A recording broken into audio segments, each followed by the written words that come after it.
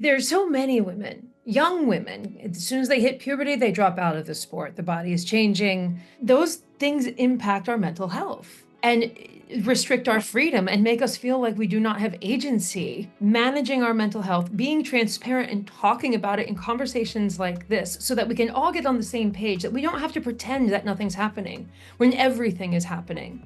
This is how we can help each other with our mental health so that we can keep doing the things that bring us joy. Well, hello, everyone, and welcome. I am so excited to be here today with this panel of such incredible humans and athletes. So thank you all so much for joining us. My name is Anne Wintroub, and I head up social impact and engagement at Lululemon. We are a proud partner of NAMI. We started supporting NAMI about 3 years ago when we launched our Center for Social Impact. And in these past 3 years, we are so grateful to have been able to contribute over $2 million to NAMI's incredible work. Some of that work includes support for 988 through the Reimagine Crisis campaign. And it now also includes new bodies of work that we are so excited to be getting into with NAMI on how we can best support the mental health of athletes. NAMI's CEO, Dan Gillison, has become a dear friend of Lululemon. We are so lucky to have his expertise on our Global Mental Health Advisory Board, and I want to thank him for that. Our entire company, community, and collective benefits from his and from NAMI's work and from their expertise. So today we are here to discuss women's mental health and the profound impact that well-being has on female athletes and their performance. And it is my total honor to introduce this incredible community of leaders to share their perspectives, their knowledge, and their experience with you. This is our esteemed panel, world champion cyclist and Peloton instructor, Christine Durkle. Christine, welcome. ASICS runner, Rachel McArthur. Rachel, welcome. Former WNBA player and now lawyer, Imani McGee-Stafford. Welcome, Imani. And Olympic swimmer and gold medalist, Allison Schmitt. Welcome, Allison, and thank you again all so much for being here. So I wanted to start by asking each of you to share who you are, your sport, and a major milestone. And Rachel, why don't we start with you on that? Yeah, hello. My name is Rachel. As you said, I am a professional track and field athlete with ASICS. I run middle distance events, so for me, that's the mile. I guess maybe a little bit longer, 5K-ish, but strictly track. So just track events. And a major milestone for me, part of my journey, a big turning point was I had surgery 2 years ago on my foot, and I only signed professionally last year. So I wasn't a professional athlete, but I was returning from surgery last year and I won my first US title. And that was a really big deal for me. And from there, I feel like my career kind of took off and everything I'd worked for kind of taken off. And yeah, so that's where I'm at today. I had a lot of good times last year and I'm healthy this year. And yeah, just enjoying the sport. So glad you're having a healthy year and thank you for sharing. Imani, why don't we go over to you with that? Hi, as you mentioned, my name is Imani McGee-Stafford. I'm a former WNBA player, currently a lawyer, almost attorney. And I stopped playing when COVID happened in the WNBA and took time to go to law school. And last year will mark my second complete year being back playing pro overseas. So that's been really fun. Amazing. Congrats on such an incredible transition and evolution. It's just amazing. And Christine, let's hear from you. Hi. Well, I want to clarify that my world championship, which is major milestones, a masters world championship. So in my age group, which at the time was 45, 49, and 53 now.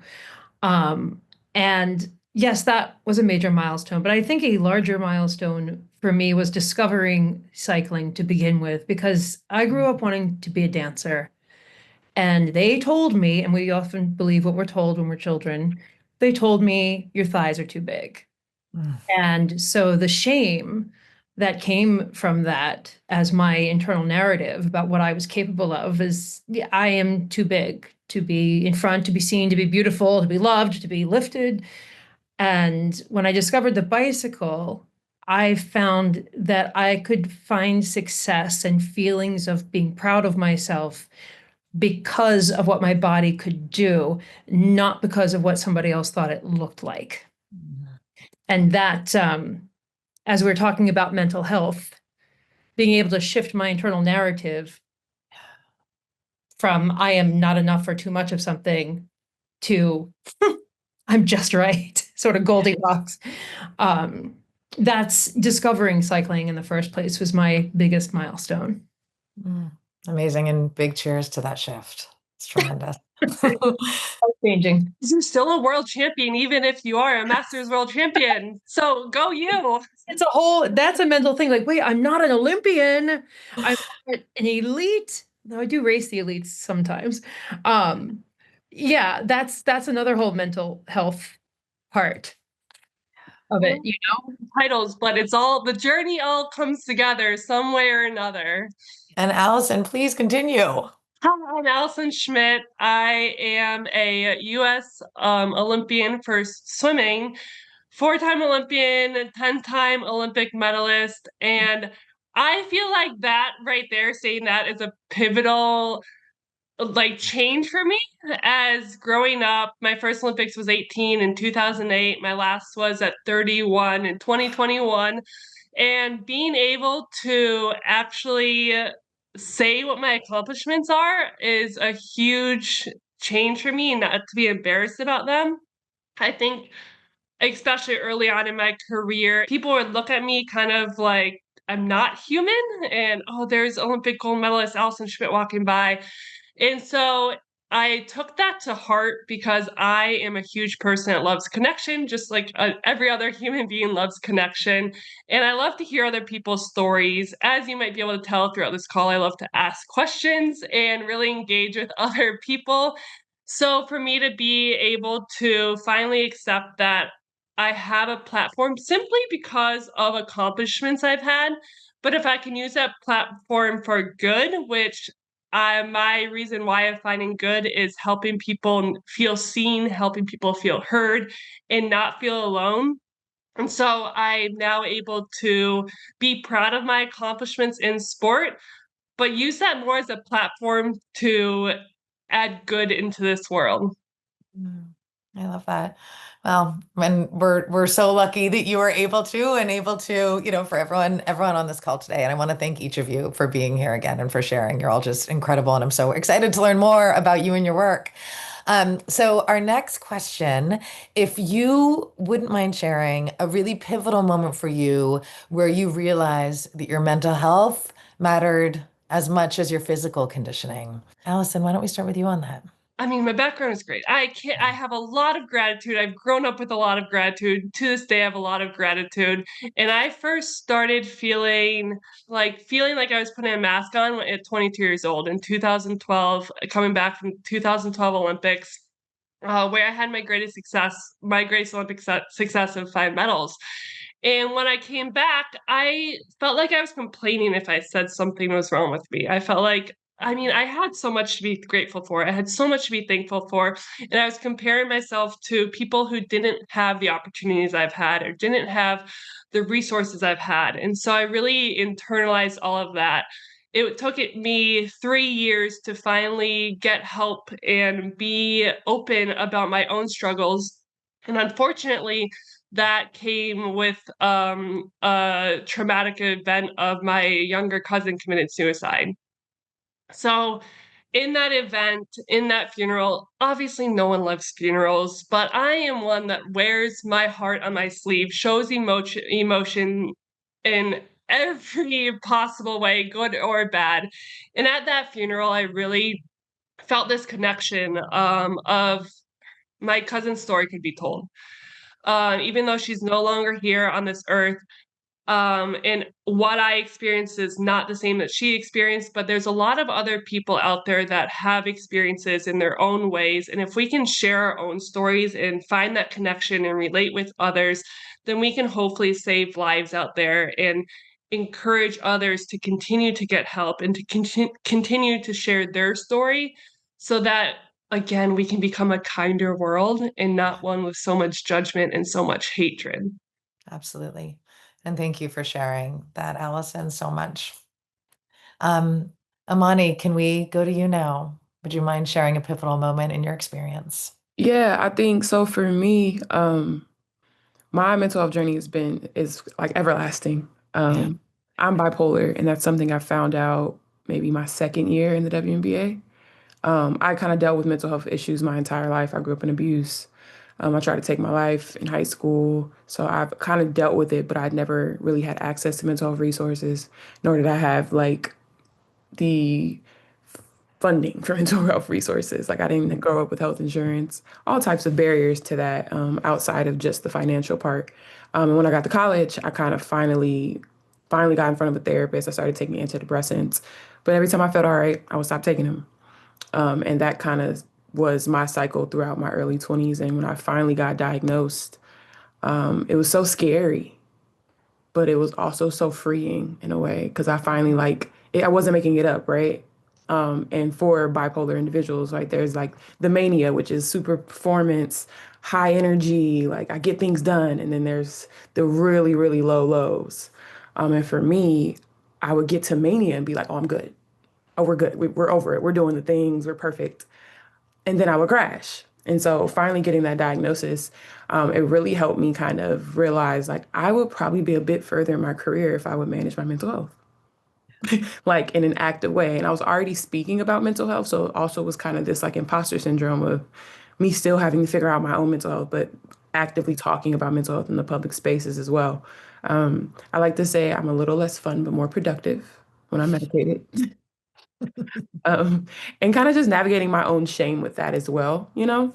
But I like who I am when I can manage my emotions, even if it isn't as exciting as me unmedicated, and kind of finding my own acceptance with that. And then looking at who I can become when I am taking care of my mental health and all of the things I can accomplish on the court as well when I do that. And so it felt a lot better both professionally and personally once I figured out like, oh, I'm bipolar. Okay, this is how we manage that. Imani, thank you for sharing. I mean, I'm so glad you got the support that you needed. Um, it's incredible what you have accomplished. Thank you. And Christine, if we could hear about your pivotal moment as well, please. Well, um, I had every year I go through, am I going to race this year? Am I really going to race? My off season was not what I wanted it to be. And especially now moving into menopause, whew, uh, yeah, my training is completely different because everything hurts in a different way. Not being able to lift the weight I used to lift, not because I don't feel capable, but because the elbow or the knee or the hip or the back is hurting, is very defeating. And so my most current pivotal moment in that is going back to 2019. I really almost did not go to that World Championships. My weight, I was up 20 pounds. Um, I was really in my head in terms of overthinking everything. And it, it was almost like I went back to where I was as a dancer in my teen years when I was doing everything I could to make myself smaller. And I did not go to those behaviors again, but those feelings came up. The thoughts of the eating disorder, my self-harm that I had done to myself as a teenager from 13 to 18. All of those feelings started to come up again. And the recognizing that I was comparing myself to other people because my numbers, my weight was higher, my speed was slower.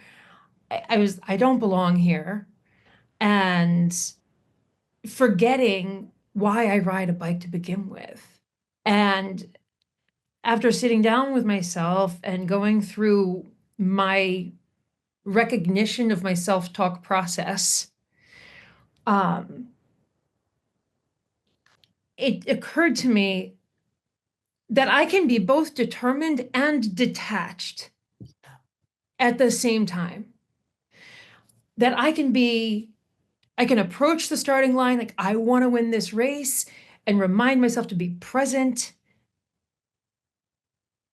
and detached at the same time, which really boils down to reminding myself to be curious, allowing myself to say, what if?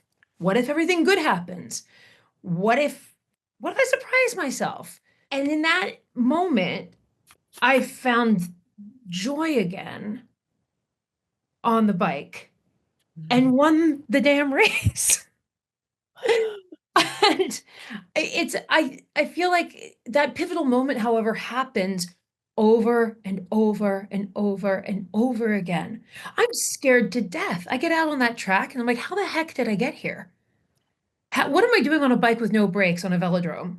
What is this? I wanted to be a ballerina.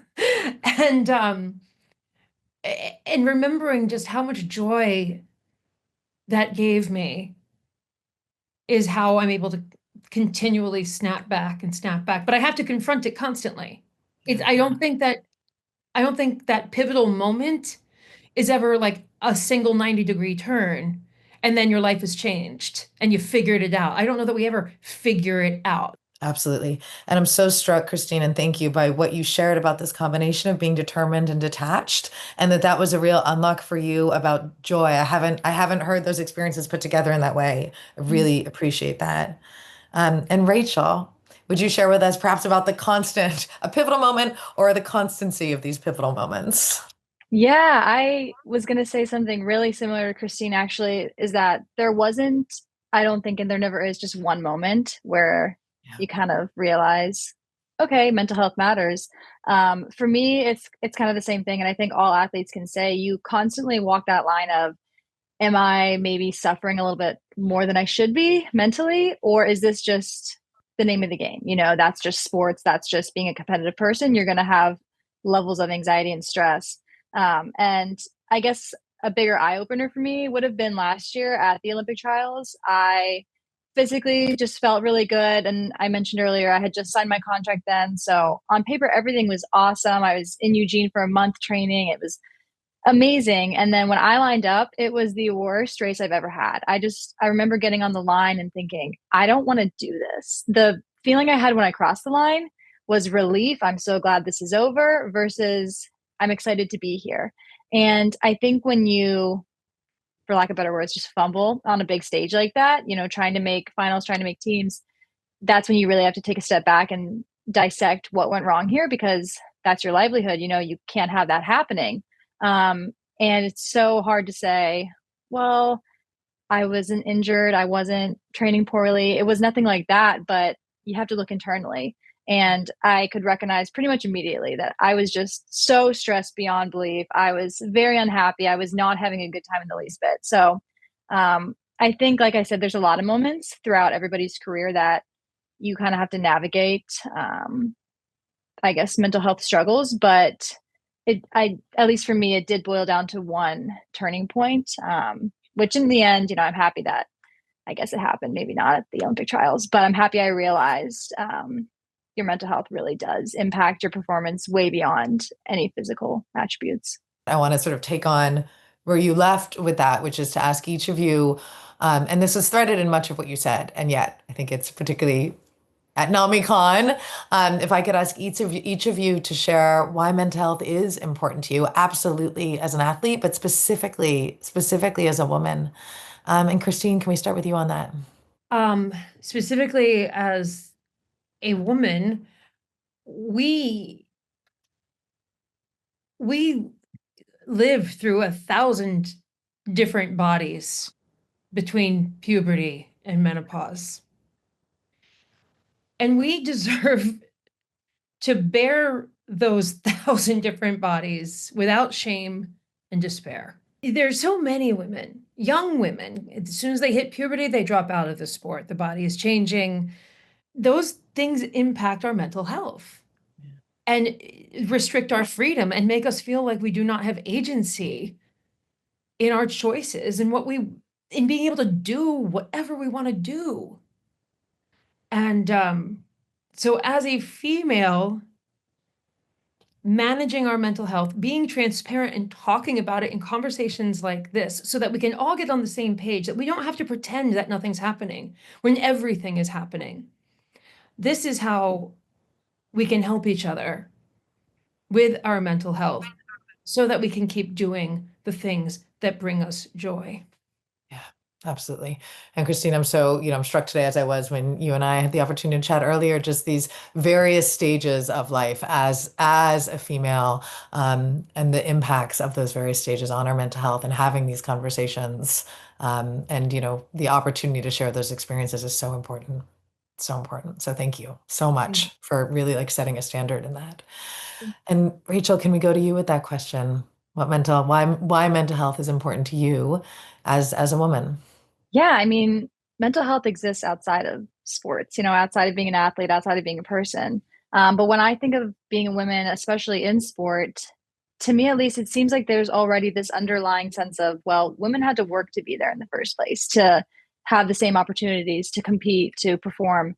So there's this pressure to perform well. It's almost like Christine was saying, it's you don't want to not perform well. You don't want to have a mistake made. You don't want to show flaws because it kind of just validates the latter, which is women shouldn't even be there in the first place.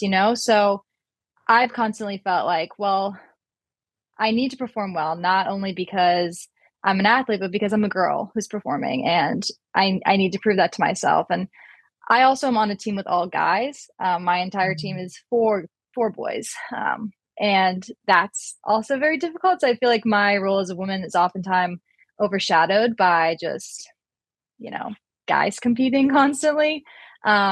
So it's important to check in with myself and with those I surround myself with, just to remind myself like you're not just good for a girl, as the guys would say. You're not just good for a female performing. You're doing really good, and I think just, yeah, being in tune with yourself and surrounding yourself with people who are also in tune with you is really important and matters a lot to me. Yeah, absolutely. Thank you. And Imani, can we go to you with sharing about why mental health is important to you? I think mental health is important to me because for me I think that sport gives me the platform. I'm 6'7", I was 6'5" at 13. I've always kind of stood out, to say the least. But I think growing up, I never saw anybody that was going through the same things I was going through. Like I thought I was the only person that had lived this life. And as I got older and my world expanded because of sport and I started sharing my story, I met so many people who had the exact same story as me. And so now I think that mental health is important because of the younger version of me that was looking for somebody like me to speak about it. So I try to use the platform given to me via sport to talk about what it looks like to be a 30-year-old Black woman living and dealing with mental illness and it not being debilitating. Because I think when we do see depictions of mental health and mental illness in popular culture, for me at least, growing up, there were never any Black pictures of what that was. Specifically, there was definitely never any woman pictures of what that was. And then there was no realistic pictures of what it was. It was somebody completely perfect and happy and always smiling, or somebody deeply sorrowful, like on the brinks of losing it, right? There was never the gray area. So my goal of sharing my story is to encourage others to share bits and pieces of their story. Because while we may not all have mental illness, we definitely all have mental health. And the more we share our stories, the more people can find themselves in the gray area. My goal ultimately is that when I speak about being bipolar, it isn't this taboo, scary thing, right? The same way I can say I sprained my ankle last week, I should be able to say, oh, I'm bipolar. And we should be able to carry on and know how to function in those conversations. Imani, I appreciate that so much. And, bringing your younger self into who you are now as a speaker, as an advocate. I really feel that from you and appreciate it. Thank you. And Allison, can we go to you? Would you share the importance of mental health? Yeah. Well, first of all, I would like to say that my heart is like so full right now just hearing these stories. So thank you guys for sharing your own story and your journey because I can feel all of it in my heart. So thank you for that. But mental health in general is important for me as an athlete and as a female, not just to perform better, but to live better. And as I have so much gratitude for sport, for the invaluable lessons sport has taught me. I mean, the list can go on, and I'm sure you guys can agree in some ways of the what we learn in sport is something that we can't learn in everyday life. there's also, like Rachel said, I train with men too. And as a woman, there are just added layers. There's often the pressure of be strong, but don't be emotional, or be a leader, but don't be too intense. And so to juggle everything perfectly, there's that double standard as a woman, and it can just be exhausting. So for me, mental health gives clarity and strength to set those boundaries, to ask for help, and to stay connected to who you are authentically and not just to what you have achieved. Oh, absolutely. And I'm just, again, just echoing Allison's gratitude. I'm so struck and not at all surprised by how we've just gotten right into it. So just huge appreciation for each of you, what you've experienced and how you're really carrying that forward. Thank you. And Allison, I love what you said too about shifting from performing better to living better. Again, such a simple articulation, such a challenge and so vital, right? So thank you. Thank you for that. All right, so let's shift and start sharing more. And I know you all have such experience with this about the outside and inside pressures to perform. Seems like the perfect spring off, Allison, from what you just shared. So, we'd love to dig into how the expectations on you as an athlete, how those expectations have shaped your mental health journey. So Allison, I'd love to start with you. As we know, you are a 4-time Olympian and 10-time medalist. It's truly remarkable. Did the pressure grow after each of those games? And how did and do you manage that pressure? Short answer is yes. Yes. So after the first Olympics, people are just excited you're there. And if you perform, that's even better. But by the second or third, there's this expectation, and not just from the outside world, but from yourself. And yes, you've proven you can perform, but now that bar is set even higher. And so what helped me manage it was staying focused on the why. And I love to talk about that because my why is I fell in love with this sport.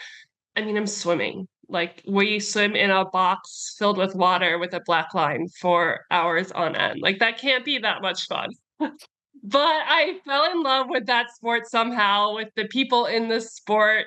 And that was long before the medals or the records came or even in the picture. So I always try and stay grounded in that why, and that why helps me get out of bed in the morning to go to those practices.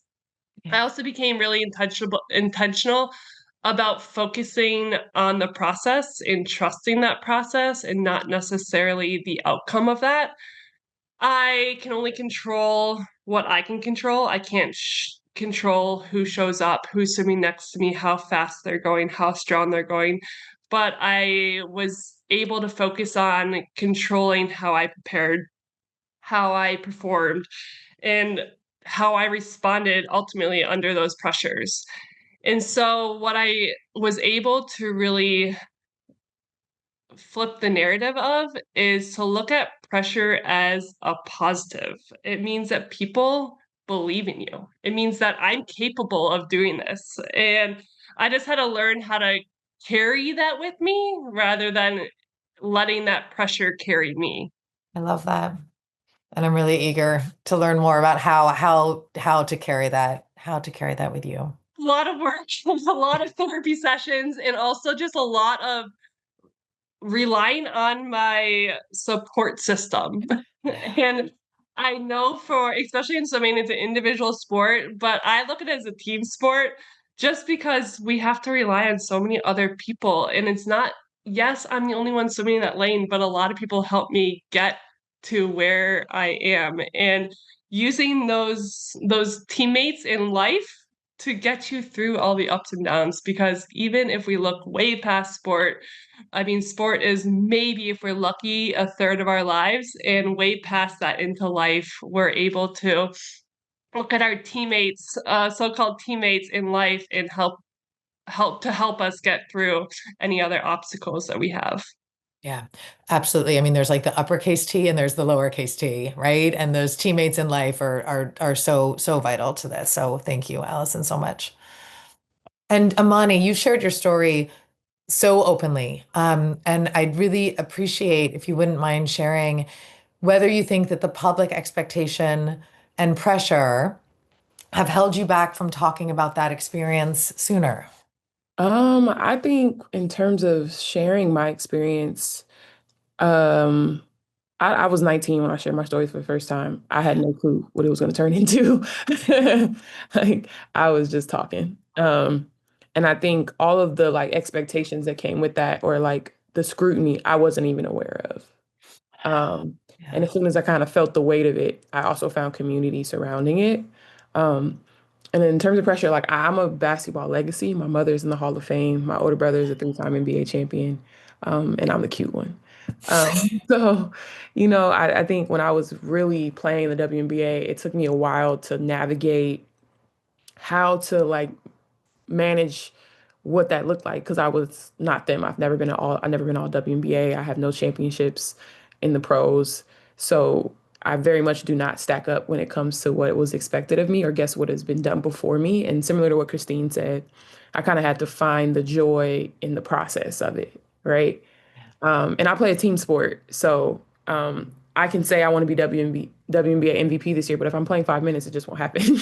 Like, and so like creating realistic goals that I could track myself as opposed to necessarily outcome-based goals really helped me kind of navigate the day-to-day of it all. And I think you guys can probably relate to it. I'm super goal-oriented, and oftentimes I miss the now, looking at the end. And so I had to ask myself, okay, cool. Like, did I still get better this season, even if I didn't end up with like the outside praise or the accolades? Can I tangibly look at all of the work I put in this year and see it? Okay, cool. And I started having to like just everything Christine was saying, look at myself and the things that I was doing and enjoy that part and know that like the outcome will come. And maybe it won't, but at least I can see like the work and where it's going. Yeah, Amani, I really appreciate you sharing that. I'm such a huge fan of the small wins and honoring those small wins. I don't know that we take enough space as athletes, as females, as leaders to, to honor those day-to-day accomplishments when we are so like big goal, outcome, KPI focus. So I just really appreciate you naming that. And Christine, I mean, you, speaking from experience, you are such a pillar of strength, dedication, and possibility within the Peloton community. So how do you manage that while, being attentive to and honoring your own struggles? Uh, Thank you. That was very nice words. Um, Transparency. Yeah. Being honest and clear about where I am and what's going on, I think is there's vulnerability in transparency, and it has sort of become a coined phrase that there's so much power in vulnerability, and it's true, but I think it's more rooted in the transparency of the Yeah. vulnerability. Because if we're not talking about what's real, what are we talking about? We're just pretending. So in my storytelling on the bike in front of the camera, I will share that I'm scared or share that I feel heavier, I feel slower, and I think I'm gonna go anyway. And there's nothing more in a whole room of people goes, yes, like, oh, I guess I'm gonna go. I guess I'm gonna go to the race. But at the same time, I grant myself permission that if it comes down to the day, if I feel like the knee hurts too bad in the wrong way and it would be damaging to do the race, then I will say this is what's happening. I signed up. I did a keynote and a word shop and 100-mile bike ride out in Michigan for the Muskegon Area District Library for their mental health programming. And I was all set to do 100 miles, and around 40, I felt like I was both my knees were going to break off. And so I made it to 50 and I had to call it. And who am I doing this for? I'm not doing this to prove to anybody I could ride 100 miles. I'm doing this to support other people. This is not actually about me, even though there were a lot of people who came because of me, um, to support mental health there.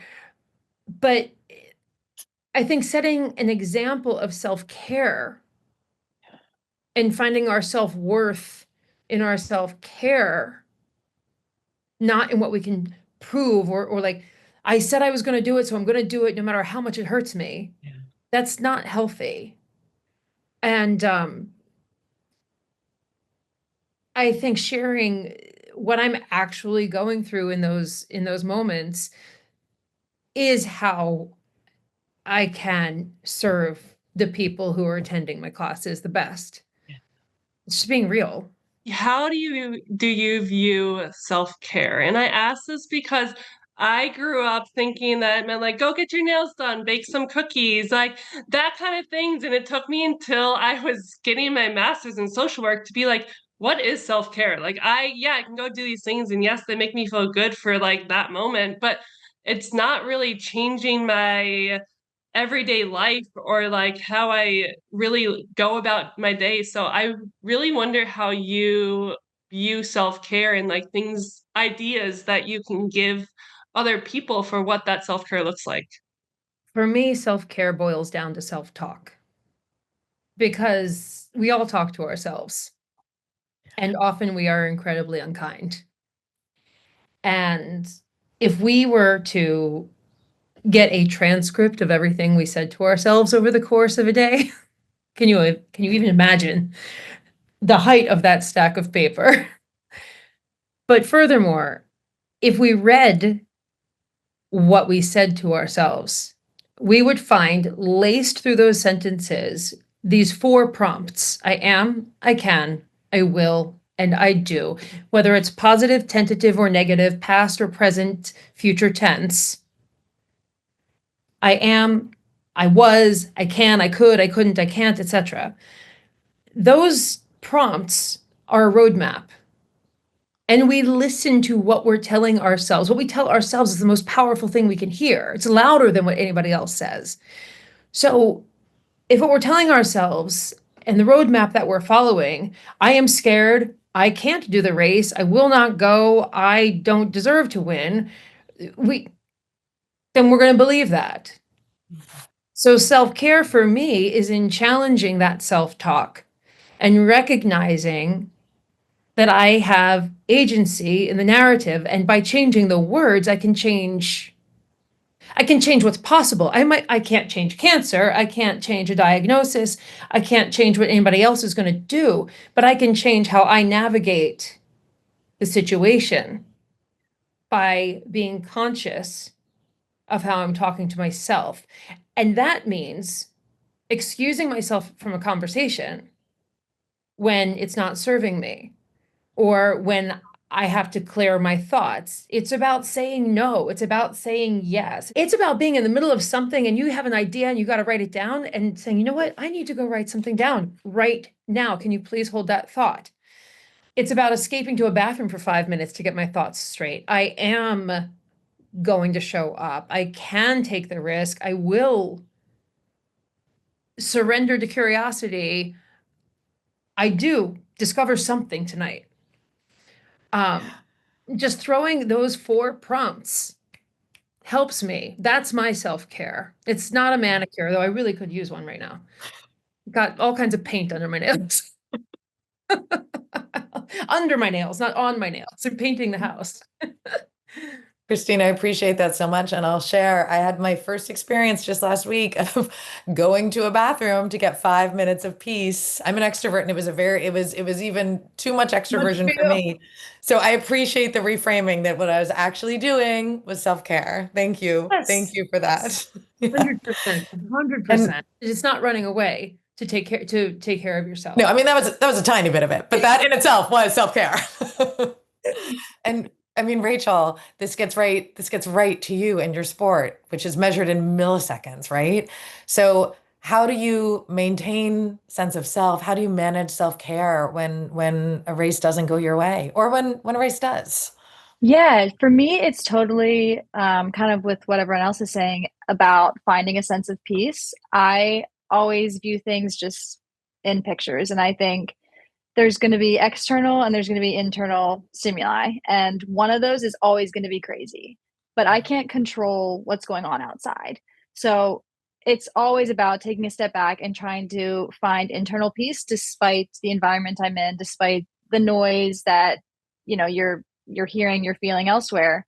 A big thing that I had come to accept though is it's not about necessarily getting rid of all pressures you feel or completely, I guess, avoiding situations that can cause stress and pressure because like I said, we all walk that fine line of you're going to have that in sport.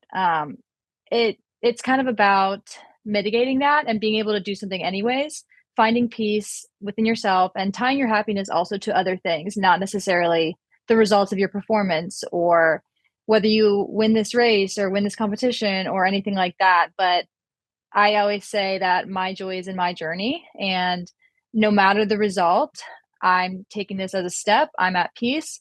Obviously, I'll be upset if it doesn't go my way, but I never allow myself to dwell on those types of negative emotions when things don't go my way for more than like 24 hours. You should feel everything. I don't think you should ignore feelings, but I think you have to come to peace with how things are after a set amount of time and move forward because it is about the journey. And that's again where I'm finding the joy. So kind of just always reminding myself of those things. Yeah, Rachel, I love that. And I'm curious as well, just in like finding that joy, whether that's something that has come naturally to you, whether that's, a muscle that you've really focused on building with your training, just what that process has looked like to learn to Yeah, acknowledge for the first 24 hours when things aren't feeling right. great and then bring in the great. Yeah, totally not a natural thing. I mean, like I said, I was injured for a really long time, and as a collegiate athlete, it's oftentimes expected when you're at a certain level that you sign professionally right after you graduate. Otherwise, you need to kind of move on.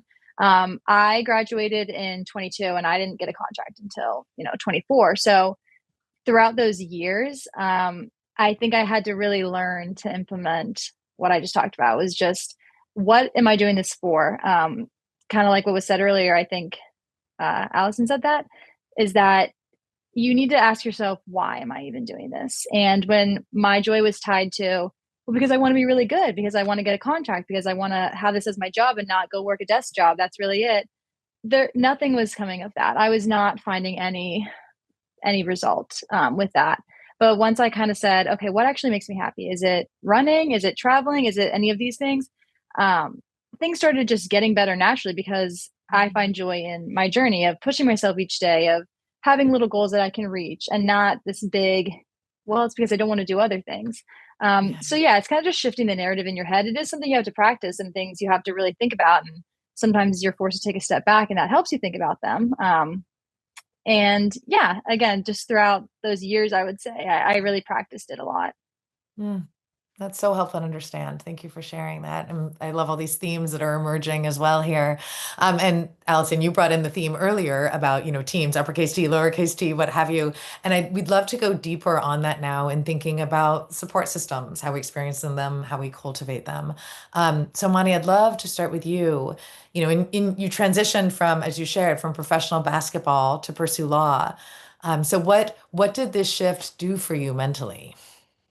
That's a loaded question. Yeah, I'm sure it is. And perhaps who was with you, if you could share anything about, your team on that journey as well. Yeah, so I think the biggest part of this story is that there's two things. One, I always say, whether you believe in God or a higher power, like God gives a vision to you. He doesn't give it to anybody else. So like you may get an idea and look around for outside reassurance. He didn't tell them what you're going to do. He told you. And when I first said I wanted to go to law school and stop playing, arguably like in the peak of my career, a lot of people were like, yo, you're crazy. Like, why would you do that? That's so dumb, da, da, da, whatever the case may be. But when I graduated, everyone was like, oh my God, I knew it. You're going to be so great. Da, da, da. You know what I mean? So I think one, understanding that like your life is yours and you're allowed to reinvent yourself and pivot as many times as you want to. Not to say that won't come with friction or uneasiness or fear, but you can still do it, right? And I'm blessed. The second thing is having people around you that believe in you, not what you do. I think as athletes, we often are categorized by what we do, right? I'm a basketball player as opposed to a person who plays basketball. And as simple as that sounds, it actually is a big difference because I had people around me that believed in me. So when I mentioned I was thinking about law school, somebody in the front office who we actually ended up graduating at separate schools together was like, "Oh, I just took the LSAT. Take all my books." And I'm like, "I'm just thinking about it." No, no, no. Take all my books. It's fine. Try it. See if you like it. Right? That's the first time I mentioned it. When I finally was like, "Okay, I'm gonna take the LSAT. We'll see how it goes." I told my agent like, "Hey, I applied to law school and I got in." And instead of him being like, "Hey, we play basketball," his response was, "That's amazing. Is that what we're doing?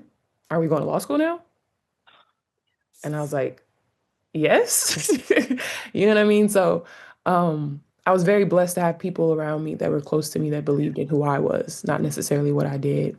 And they believed in Imani. So Imani, comma, whatever comes after that, they were following, they rocking with it, you know? And so that's my biggest thing. I think make sure you have people that believe in you and you can do whatever you want to. And then understand that when you are pivoting, people are only used to seeing people be great at one thing. We don't understand multi-hyphenates. We just don't understand it as a culture. But in reality, like you can be great at as many things as you choose to put the work in to do. And so understanding like that change and that transition from people knowing you as one thing to the second thing might be uncomfortable and hard, but it's possible. Yeah, Amani, what you just shared about, and I feel as though I've used this language with other individuals, what you just shared about not being a basketball player, but somebody who plays basketball, those small shifts are profound, and I really appreciate you naming that. And those two examples that you gave as well, the textbooks and your agent. I mean, just these like acts of support and kindness, these micro acts that have these significant ripples. It's really awesome to honor that and to think about those as models. Really appreciate those. Say it a lot. Like, I don't know if I would have gone to law school had I been met with, "What are you doing?" Or "We don't do that." I'm honest, I'm pretty positive I would have just thrown it away as an idea of what could have been. And luckily, I had people that encouraged it. Yeah. Well, yes to your agent and yes to whomever gave you those LSAT books. So cool how you created that path. Like you went on your own path, and all those people who hated you or were like, "Why are you doing this?" And you created that path to make it possible for, like you said, the girls and that come in the future. And it's not a unique thing or weird thing to have two different paths that you're really passionate about. Absolutely. And Allison, if we could stick with you, and I want to appreciate so much what you shared about your cousin who died by suicide. And I was, so struck by what you shared about how that brought you into this space of conversation and advocacy. And could you share with all of us as well, just how sharing that story has really helped you to heal from that experience? It comes down to connecting with people. I mean, on this conversation and hearing other people's journeys and stories, it it validates that we're all human, in that we can all turn to each other in different parts of our lives for that support as a human being. And yes, everyone is passionate on this call about sport and elite sport and that performance, but at the end of the day, we're all human as well. And part of my story of my cousin's suicide, it led me into this mental health path. Like I said earlier, I got my master's in social work. And if you would have asked me in college if I was going to go first pursue any more schooling, let alone social work, psychology, whatever that is, that would have been a no. My plan, I've always been a helper. I've always wanted to help people. And I thought that I wanted to be a kindergarten, first grade teacher with schooling, with swimming and all of that. I just couldn't do it in undergrad because of practice schedule and student teaching, all of that. So I actually did get my undergrad in psychology, and it turned out that's kind of the path that I went anyways. But I went back and got my master's in social work so that I could not only speak on my own story, my own experience, not only my cousins, but the experience that I felt throughout my journey, throughout my life. And I can now speak on the experience mixed with the knowledge and the education, the science behind it, and help people. Yes, it's still a classroom. Yes, you're still helping people, but it's not the impactful for which teachers are great. I love all teachers and they're very impactful. I can name a few throughout my life that I still value so much. And but I looked at my life and I looked at my platform, and yes, I could sit and have 25 kids in my classroom and impact them, which is huge. But then I could realize that I can use this platform that I've created in swimming, in sport, and talk about mental health and talk about journey and talk about experience and story and educate and empower others to get that help. And that's kind of where my cousin's suicide led me onto this path of this mental health journey of empowering and educating others. Yeah, so much so. And Allison, I can really feel the teacher vibe from you as well. And it's remarkable that you've, stepped into a space where you can occupy that, like the joy and influence that teachers have in such a way with your platform. It's remarkable. Really remarkable. Yeah. Mm-hmm. And Christine, I mean, it's I can, I will, I am, I do. Did I get that right? Is that what it is? I've heard you on the bike so many times. I know I didn't do that right. I am, I can, And I will, I do. thank you Think for of it that. this way. We all know, Yeah. or at least at some point have some idea about where we want to go, where we'd like our lives to be, a destination. And let's say we call an Uber to get to a destination or open up MapQuest. I keep saying MapQuest. I keep being told not to say MapQuest because I'm dating myself. Anyway, you open one of these map apps because you know where you want to go. You put in your destination, but you cannot figure out how to get where you want to go if you do not know where you are. Yeah. You have to know your current location, your internal, emotional, psychological state of being. Where are you? I am scared. I am frustrated. I am unsure.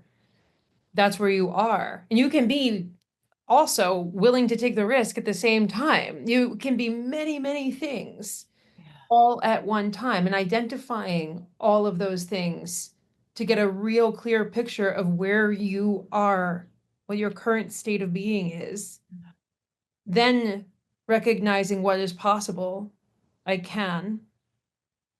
Then deciding a course, an intention, and then I will, and then doing it, what action you do or don't take about where you are in order to get where you want to go. So that's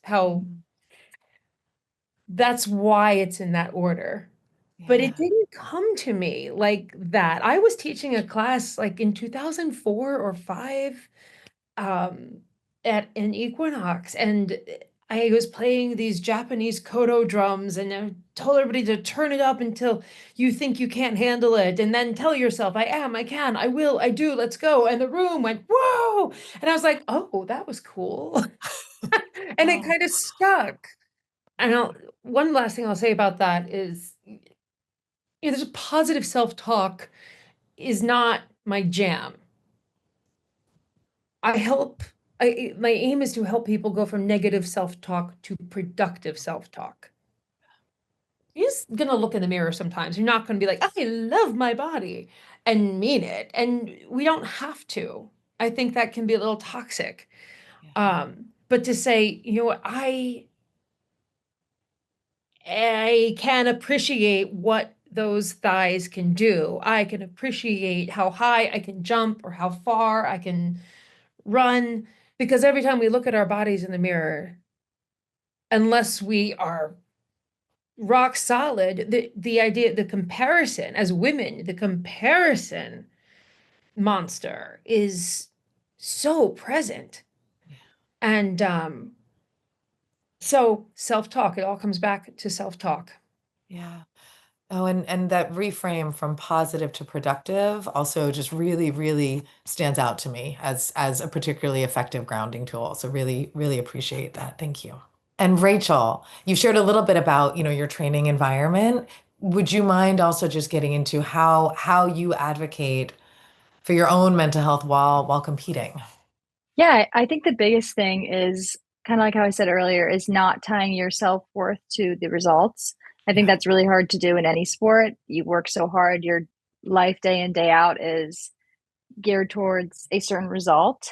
But through a lot of practice, I think you need to establish no matter what happens today, no matter how I do, no matter how I perform, there are so many factors that go into this one result. You can't tie self-worth to it. This isn't who I am. And kind of how Imani said, you're not just an athlete, you're a person who does this. So you're also a person who has self-worth outside of your sport, and that's something I'm always kind of writing down or reminding myself that, I can be super invested in my result. I can say I really, really want to do well. Everything I work towards is here in my hands. I need to just take it. But I can also give myself some grace and say, well, that doesn't determine who I am or how I am as a person or anything like that. So I think just separating the two, kind of having two different, I guess, realms, you could say, reminding yourself that they both can coexist is kind of how I handle all of that. Yeah. Thank you for sharing that. Very, very much. So I wish we could talk all day, but I understand we can't. So I'm just going to ask one last question of each of you. Imani, you invoked your younger self in this conversation, and I think it would be wonderful to hear from each of you. Just if you could tell your younger self something about your mental health journey, your work, your person, what would it be? Whoever wants to go first, I can start. go for it. I think I would tell myself that you are still you on the bad days and you're still worthy of all of the things. I think I'm very blessed now to have created an environment of my family and friends and chosen family at that as well. Yeah. That still love me when I suck. And when I say suck, I mean both when I have a bad game or also when I'm just having a very bad day and I'm not very great to be around. And I think a lot of times, at least for me, growing up in like a performance-based household in terms of like I got the good grades, I was really good at sports. I thought that my worth and like my ability for to be loved had to only existed when I was okay or doing great or, being the best. And so I would tell my younger self that you are still you and still worthy to be loved, even when you're not great. Thank you. I'll echo it. My advice is similar, just be authentically you.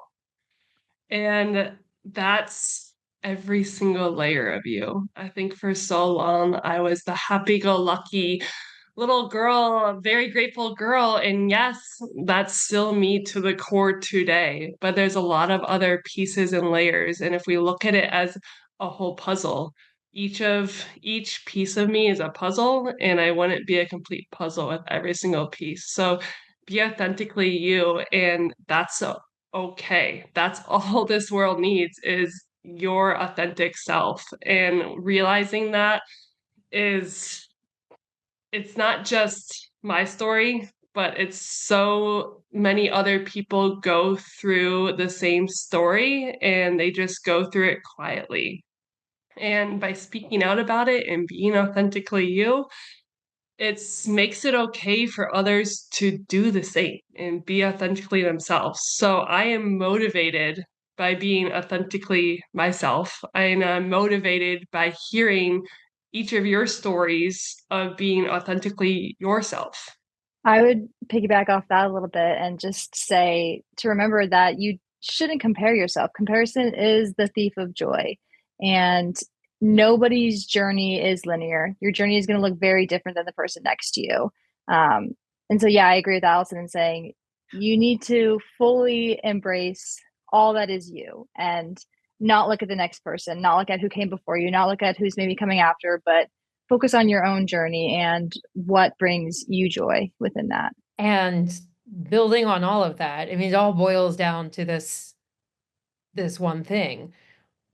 In a world that is constantly trying to teach us that we need to be something other than what we are in order to matter, I like to quote Shakespeare, "This above all, to thine own self be true, and then it shall follow as the night the day that thou canst then be untrue to any."